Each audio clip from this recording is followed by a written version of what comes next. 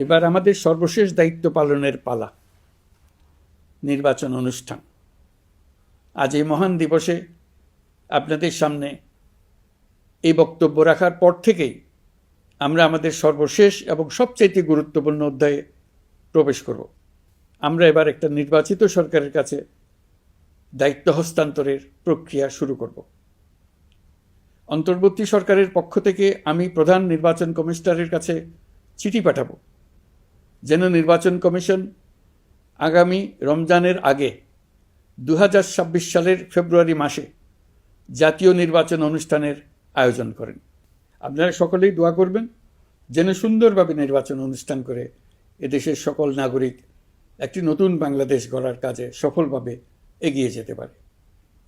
আমরা সরকারের পক্ষ থেকে এই নির্বাচন যাতে সুষ্ঠু, শান্তিপূর্ণ এবং উৎসবমুখরভাবে সম্পন্ন করা যায়